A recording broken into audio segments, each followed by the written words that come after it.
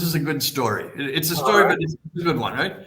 So we're having dinner with Marini, who's in the Secretary of State, and I'm accompanying him, and a young priest, very radical priest. This is in Rome. Comes up from Mexico City. Now, the Cardinal of Mexico City was a very old man, Cardinal Miranda. He was well into his 80s, and he had not been replaced as Archbishop. Mm-hmm. There was a big fight in Mexico City. Mexico City is a diocese of 22 million people, right? Yeah. Right. So this was a big fight. Who was going to become the next Archbishop? Well, this young radical priest, a theologian of liberation, sat down and he said, "I'm so glad that they named Bishop so and so to Puebla."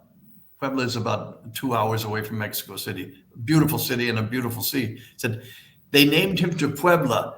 That means that he's not in the running for Mexico City, and we won't have to put up with that old fuddy-duddy conservative. They've got him in Puebla.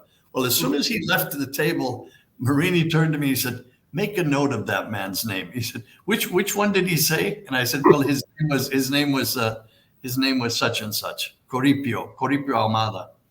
And he said, "Make a note of that." He said, "Let me check that later." Well, 2 months after being named to Puebla, Archbishop of Puebla, they changed him to Mexico City. Marini made sure that he got into Mexico City so that Mexico City would have a strong and good bishop, right? So, but all of those things had to be done. For example, that maneuver had to be done while Cardinal Baggio, head of the Congregation of Bishops, was on vacation. They had to wait until he left town to be able to all of those kinds of things. And it was a chore to get through. And Paul VI, big Pope, don't ask me why. I don't know why, but he refused to get rid of Baggio. Thank you for joining us today on our live stream video, or you may be watching the recording. If you would like to join us live, be sure to subscribe and to click the bell so you'll be notified when we go live. We don't have a set schedule, so we may pop up one evening at 8 o'clock or a morning at 11. Thank you again. And if you would like to submit a question, the best way to do that would be to go to InsideTheVatican.com. 30 Years, The Untold Stories. And there on that page, you will find a button to click where you can submit your question.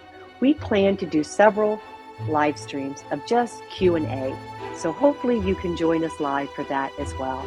Have a great day.